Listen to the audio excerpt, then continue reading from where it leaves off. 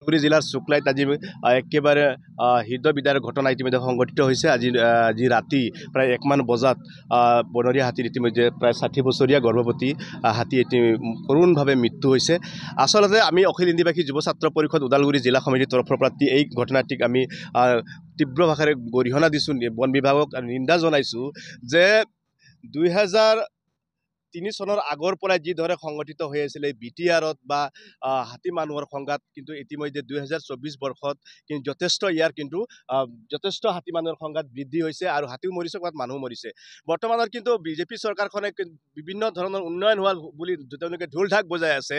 ভাৰত ভূটান সীমান্তৱৰ্তী যিখিনি এলেকা আজিলৈ বন মন্ত্ৰী ডাঙৰীয়া চন্দ্ৰমোহন পাটোৱাৰী ডাঙৰীয়া আজিলৈ এই অঞ্চলসমূহ কিন্তু একবাৰো পৰিভ্ৰমণ কৰিবলৈ সময় নহ'ল। হাতী মানুহৰ সংঘাতত তীব্ৰতৰ হৈ থকাৰ সময়ত কেতিয়াবা মানুহ মৰিছে, কেতিয়াবা হাতী মৰিছে, কিন্তু এই বন বিভাগটো সম্পূৰ্ণৰূপে ব্যৰ্থ হৈছে। অসম চৰকাৰ সম্পূৰ্ণৰূপে এই ক্ষেত্ৰত ব্যৰ্থ হোৱা বুলি আমি অখিল হিন্দীভাষী যুৱ ছাত্ৰ পৰিষদে আমি দাবী জনাইছোঁ। যি সময়ত আজি ৰাতি 1 বজাত কৰোণভাৱে 60 বছৰীয়া গৰ্ভৱতী এটি হাতীয়ে মৃত্যুবৰণ কৰিলে, যোৱা কিছুদিন আগতে আকৌ এটি হাতী মৰিছে, মানুহ মৰিছে, কিন্তু মানুহ মৰিলে বা হাতী মৰিলে চৰকাৰে যি ধৰণৰ ব্যৱস্থা গ্ৰহণ কৰিব লাগে সেইখন চৰকাৰে কিন্তু ব্যৱস্থাপনা গ্ৰহণ কৰাটো আমি একেবাৰে দেখিবলৈ পোৱা নাই। আজি চবতকৈ আচৰিত ঘটনা আপোনালোকে জানে যে বৰনদী যি অভয়াৰণ্য বা খালংদুৱাৰ যি অভয়াৰণ্য, এই অভয়াৰণ্যসমূহত আপোনালোকে চাওক যে যিখিনি উপযুক্ত গাড়ী থাকিব লাগে গাড়ীৰ ব্যৱস্থা নাই, যিখিনি তেওঁলোকৰ মৰণাস্ত্ৰ থাকিব লাগে মৰণাস্ত্ৰ নাই, যিখিনি তেওঁলোকে বন বিষয়া থাকিব লাগে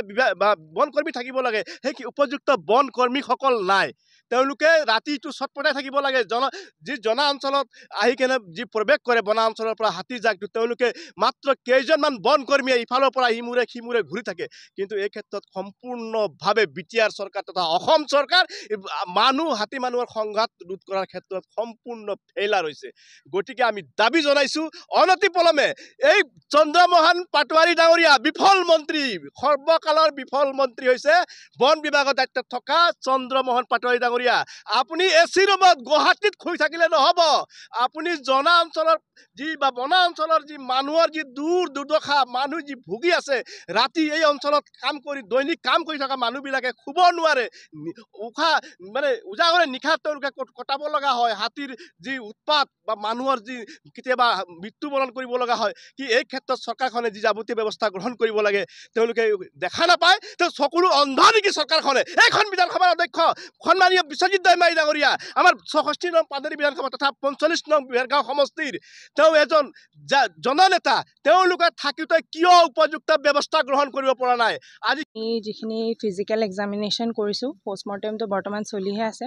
ইণ্টাৰনেল অৰ্গেনছখিনি আমি এতিয়ালৈকে এক্সামিন কৰিবলৈ সক্ষম হোৱাই নাই, কিন্তু এক্সটাৰ্নেলি যিখিনি আমি চাইছোঁ তাৰ সুৰটোত যোনটো ট্ৰাংক হয়, ট্ৰাংকত আমি স্কিন এবলেশ্যন পাইছোঁ, যোনটো মষ্ট প্ৰবেবলি আপোনাৰ ইলেক্ট্ৰকিউশ্যনৰ ফলত হ'ব